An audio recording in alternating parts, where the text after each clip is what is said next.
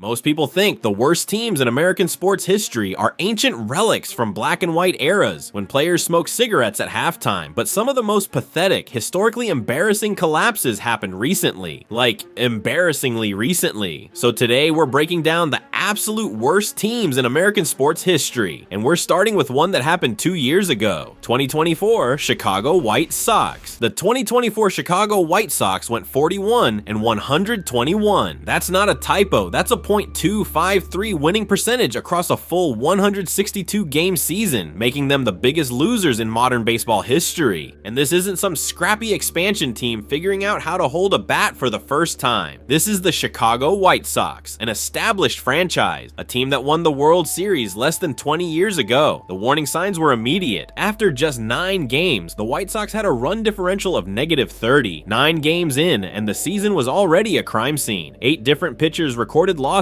without picking up a single win across stretches of the year, and the offense routinely failed to put a run on the board through the first 7 innings. If you tuned in before the 8th inning, you were watching a shutout. But here's the kicker. They went 5-1 in their final 6 games, a mini hot streak that proved beyond any doubt that this team was capable of winning baseball games. They just decided not to for 5 straight months. Their final winning percentage landed just 0.3 of a percentage point above the 1962 New York Mets, a team that played 6 decades earlier with a roster held together by duct tape and prayers. The White Sox were barely distinguishable from a team that had every excuse in the world to be terrible, but at least the White Sox can say they technically beat the Mets record. The 1962 Mets can't even say that much. 1962 New York Mets. Now, the White Sox were depressing. Nobody wanted to watch that, but the 1962 New York Mets were something entirely different. They were just as bad, arguably worse, and people absolutely loved them for it. In their inaugural season, the Mets went 40 and 120. That's a .250 winning percentage. They lost their first 9 consecutive games just to kick things off, because why ease into failure when you can sprint headfirst into it? Their first win didn't come until April 23rd, when they beat the Pittsburgh Pirates 9-1, which by the way ended Pittsburgh's perfect 10-0 start to the season. So the Mets couldn't win a game for 2 weeks. But when they finally did, they ruined someone else's historic streak in the process. That's honestly impressive in its own way. Here's the thing, the Mets didn't just lose a lot, they were the worst at literally everything you can measure. Worst team batting average in all of Major League Baseball, worst ERA, worst fielding percentage. They finished 60.5 games behind the pennant-winning San Francisco Giants, 60.5 games. That's not a gap, that's a different zip code. That's a different sport, but here's where it gets weird. People showed up anyway, in massive numbers. The Mets became a cultural phenomenon specifically because they were terrible. Fans didn't come to watch winning baseball. They came to watch a disaster unfold in real time, and they brought their friends. Losing wasn't just what the Mets did, it became who they were, and New York embraced it completely. The White Sox made you want to look away. The Mets made you grab a hot dog and pull up a chair. But if you think baseball has a monopoly on lovable futility, wait until you hear what was happening on the ice in Quebec. 1990 to 91. Quebec Nordiques, time to talk hockey. And if you thought basketball and baseball had a monopoly on professional suffering, the NHL would like a word. The 1990 to 91 Quebec Nordiques finished their season 16-50-14, good for a .288 points percentage and dead last in the entire league with 46 points. Out of 21 teams, they were the worst. Not by a little, by a lot. But here's the thing, their special teams weren't just bad. They were historically, comically, almost impressively bad on both sides of the puck. On the power play, they scored 51 goals all season, tied for the fewest in the league with a conversion rate of 15.55%. That's the worst power play percentage of any team that year, so naturally you'd think, okay, maybe they made up for it by killing penalties well. Turns out, no. They allowed 98 power play goals against, the most in the NHL, with a penalty kill running at 73.37%. Also the worst in the league, so every time they got a power play, nothing happened. And every time the other team got one, something very bad happened. Which is, you know, not ideal. They also allowed 354 goals against across the full 80-game season, more than any other team. That's roughly 4.4 goals against per game, meaning opposing teams could basically sleepwalk through 2 periods and still win comfortably. And here's where it gets genuinely funny. This team actually improved by 15 points from the previous season. The 1980 1989 to 90 Nordiques were somehow even worse. This roster, the one we're talking about right now, was the upgraded version. The franchise eventually relocated to Colorado in 1995 and immediately won a Stanley Cup in their first season. Same organization, different city, instant championship. If you're a Quebec hockey fan, that's not a fun fact. That's a war crime. But if you think getting outscored on every special teams unit imaginable is rough, wait until we go back over 100 years to a baseball team whose own manager seemed determined to destroy them. 1916. Philadelphia Athletics. Most of the teams on this list got bad by accident, bad drafts, bad luck, bad timing. The 1916 Philadelphia Athletics got bad on purpose, and they might be the most impressively terrible team in baseball history because of it. Owner-manager Connie Mack had built a legitimate dynasty just a few years earlier. The Athletics won the World Series in 1910, 1911, and 1913. They were the best team in baseball. But when player salaries started climbing and a rival league started poaching talent,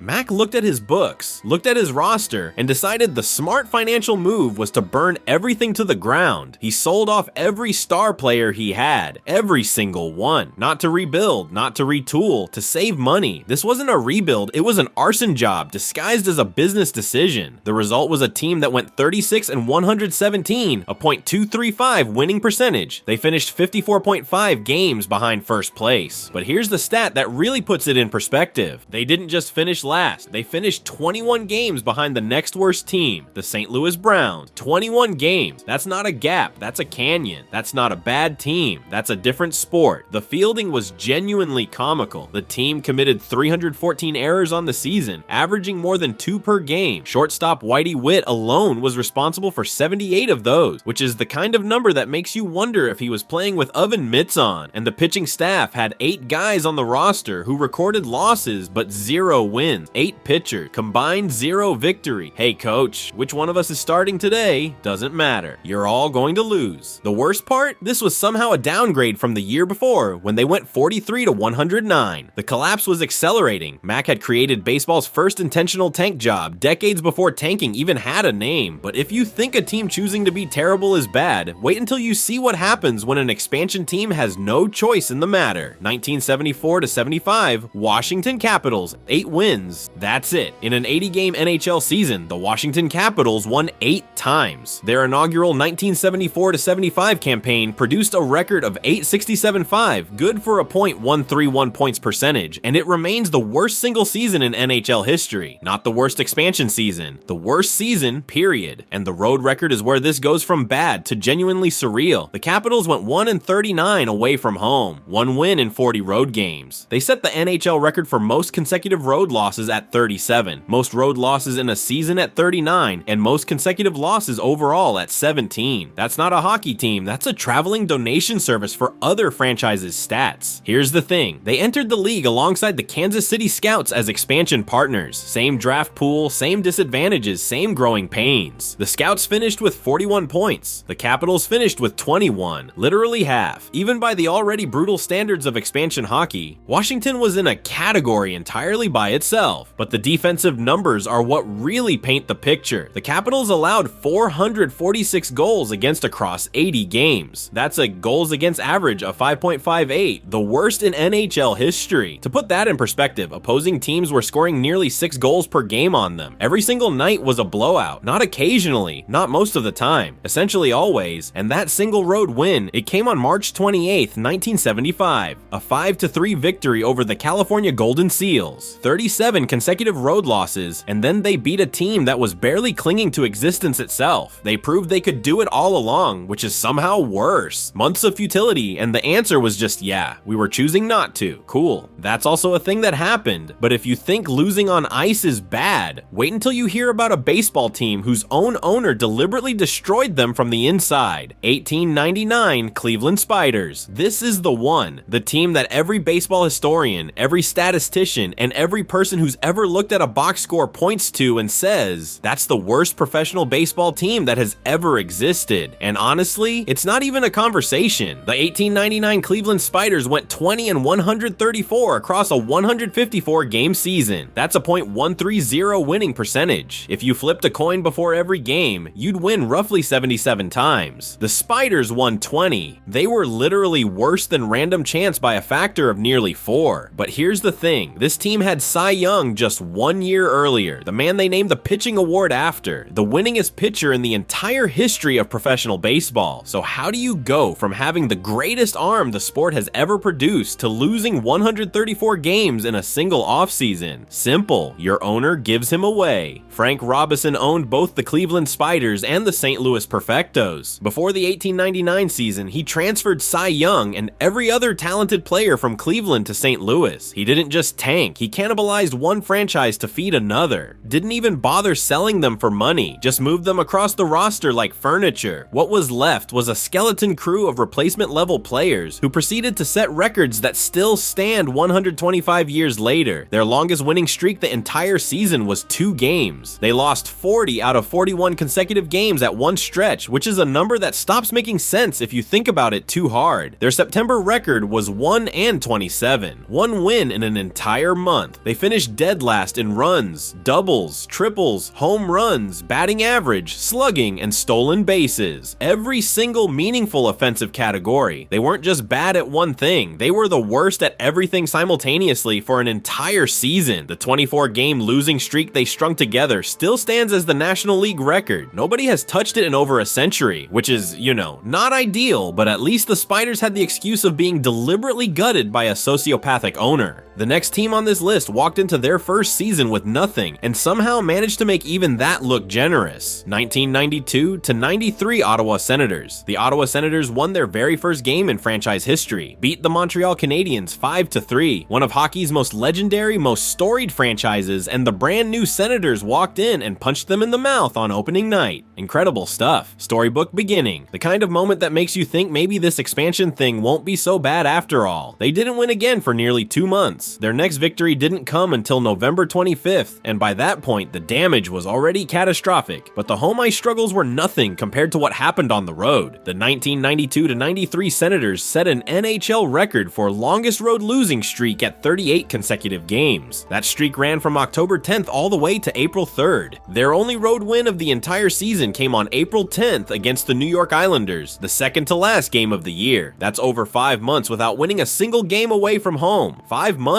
You could conceive a child, carry it through most of a pregnancy, and the Senators still wouldn't have won a road game by the time you were showing. Now, if you remember the Capitals from earlier, their road futility was genuinely historic. The Senators looked at that and said, hold my maple syrup. Washington at least managed to win their final road game of the year too, but Ottawa's drought stretched longer and covered more consecutive losses. They were equally hopeless at home for long stretches, dropping 11 straight at one point because apparently they wanted to be terrible everywhere, not just on the road. By season's end, the numbers were brutal across the board. 10 wins, 70 losses, 4 ties, a .143 points percentage. Dead last in goals scored with just 202, dead last in wins, and tied with the San Jose Sharks for the fewest points in the league at 24. The entire 1992-93 expansion class was struggling, but Ottawa was the poster child for how bad it could get. But if you think hockey and baseball have a monopoly on historically awful seasons, the NBA would like a word. And what the 1972-73 Philadelphia 76ers did to the sport of basketball might actually be worse than all of them. 1972-73 Philadelphia 76ers, 9 wins, 73 losses, an entire 82-game NBA season where a professional basketball team won roughly once a month. The 1972-73 Philadelphia 76ers didn't just have a bad year, they had the worst full season record in NBA history, and they held that title for nearly 40 years. Here's how it started. The 76ers lost their first 15 games, not 15 of their first 20, not a rough opening stretch. 15 straight losses before they won a single basketball game. They didn't taste victory until roughly a month into the season, and by that point, the word competitive had already packed its bags and left Philadelphia entirely. And when that first win finally came, head coach Roy Rubin was so overwhelmed with joy that he leapt off the bench in celebration and pulled a leg muscle so badly he had to be carried off. Let that sink in. A man watched his team win win 1 game out of 16 and reacted like he'd just witnessed a miracle, which, to be fair, he basically had. The celebration put him in worse physical shape than most of his players. That single moment tells you everything you need to know about the 1972 to 73 76ers. But it wasn't just a bad start that got better, it got worse. They lost 21 of their first 23 games. They had a 20-game losing streak. Over one stretch, they went 1-35. 1 win in 35 games. That's not a slump. That's a hostage situation. The roster was gutted. Rubin had 0 NBA coaching experience. 0. Not limited experience, not a couple of years as an assistant. None. The organization essentially handed a man a burning building and said, "Here, coach this." The result was a .110 winning percentage that became the gold standard for NBA futility. The Philadelphia media started calling them the 9-73ers, which is honestly generous considering they could have just called them nothing at all. But at least the 76ers had a full 82-game season to spread their misery across. The team that eventually broke their winning percentage record did it in far fewer games, which somehow makes it even worse. 2011-12 Charlotte Bobcats. Michael Jordan is the greatest basketball player who ever lived. 6 championships, 5 MVPs, a competitive drive so intense it borders on psychological disorder, so naturally he presided over the worst winning percentage in NBA history. Because of course he did. The 2011-12 Bobcats went 7-59 in a lockout-shortened 66-game season. That's a .106 winning percentage. The 1972-73 76ers, the team we just talked about, held the previous record at .110. The Bobcats looked at that historically awful number and said, "We can do worse," and they did. Now, some people will argue the shortened season makes this less legitimate. 66 games instead of 82, smaller sample size, all that. Here's the thing, winning percentage doesn't care about sample size. .106 is worse than .110. That's just math. You don't get an asterisk because the league had a labor dispute. They were eliminated from playoff contention on March 28th after an 88-83 home loss to Minnesota. Their record at that point was 7-41. They had nearly a full month of basketball left to play and 0 reason to play it. Their home record finished at 4-29. Their road record was 3-30. Most bad teams have at least one safe space. The Bobcats had nothing. They were equally terrible everywhere they went. Their Southeast Division record was 1-14. 1 win against their own divisional rivals in an entire season. They couldn't beat the teams they were geographically closest to. They couldn't beat anybody, but the image that defines this season isn't a stat, it's a moment. During the final loss that clinched the worst percentage ever, the arena scoreboard cut to Michael Jordan's face. The greatest winner in basketball history, sitting there watching his team officially become the biggest losers the sport has ever produced. 6 rings on his fingers and a .106 winning percentage on his resume. I don't know what to tell you, some things are just poetic in the worst possible way, but at least the Bobcats won 7 games. The team coming up next couldn't even manage one. 1976. Tampa Bay Buccaneers. Now we cross a threshold. Every team before this at least managed to win something. A game here, a lucky break there. The 1976 Tampa Bay Buccaneers won nothing. 0 wins, 0 ties. 0-14 in their inaugural season, the first team in NFL history to play an entire schedule and come away with absolutely nothing to show for it. And before you say, well, they were an expansion team, cut them some slack, let me walk you through exactly how bad this was. They didn't score a single point until their 3rd game.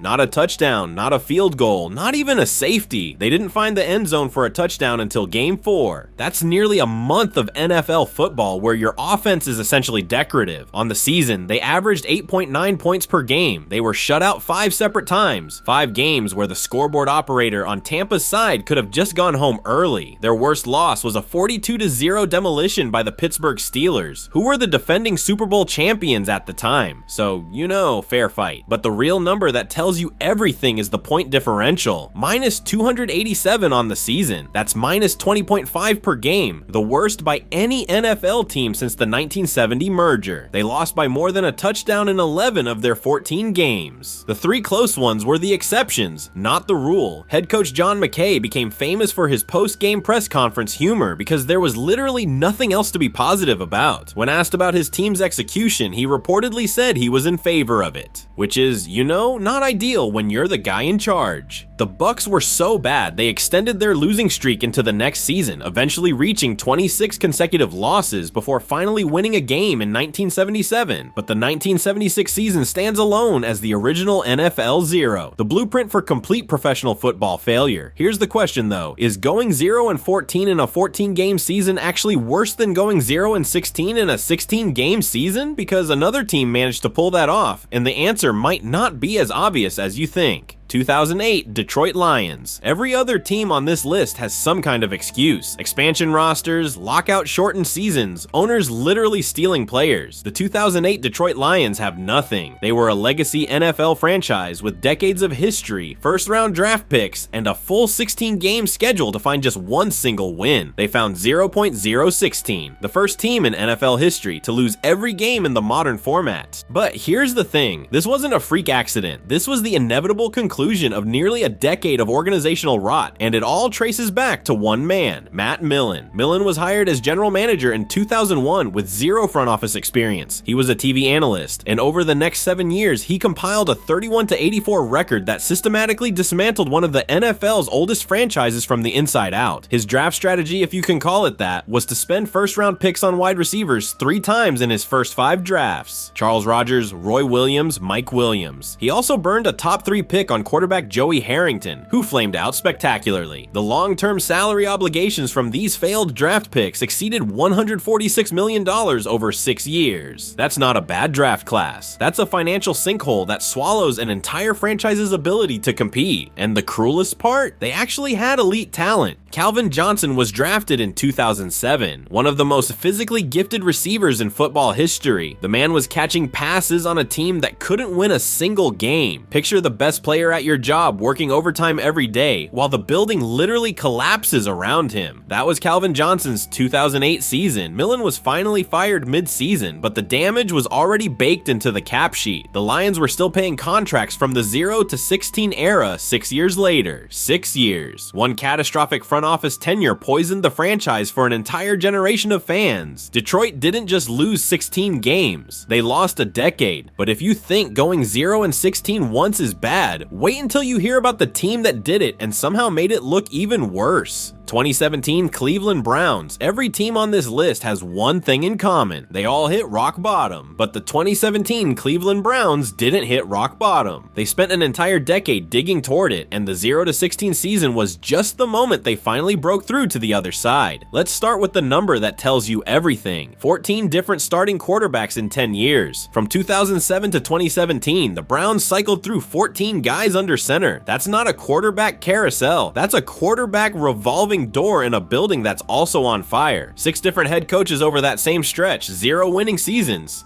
This wasn't a team that had a bad year. This was an organization that forgot what winning looked like and then lost the manual explaining how to remember. Coach Hugh Jackson went 1-31 across 2 seasons. 1 win, 31 losses. The lone victory came on Christmas Eve 2016 against San Diego, which honestly feels like the football gods throwing him a pity gift. After that single win, the Browns lost 17 consecutive games. Merry Christmas. Here's your last taste of joy for over a calendar year. But here's where it gets truly painful. The 2017 Browns didn't just lose. They found creative, almost artistic ways to lose games they had no business losing. They lost twice in overtime that season. In one of those games, they won the coin toss, received the ball, failed to score, got the ball back again, failed to score again, and still lost. You literally cannot be given more opportunities to win a football game. They had the ball twice in overtime and produced 0 points. I don't know what to tell you. Over 3 seasons, the Browns lost 44 games. That's an average of nearly 15 losses per year. This wasn't a single catastrophic collapse. This was the longest sustained stretch of losing in modern NFL history, and the 0-16 record wasn't a fluke. It was a destiny the franchise had been building toward for a decade. Every team in this video shares something. Front office disasters, coaching failures, rosters held together with tape and prayer, and fans who somehow kept showing up anyway. Because that's the thing about the worst teams in sports history. They remind us that at the highest level of competition, the human capacity to fail spectacularly is genuinely limitless, and for some reason we can't stop watching. If you enjoyed this video and want to see more, click the video on the screen now.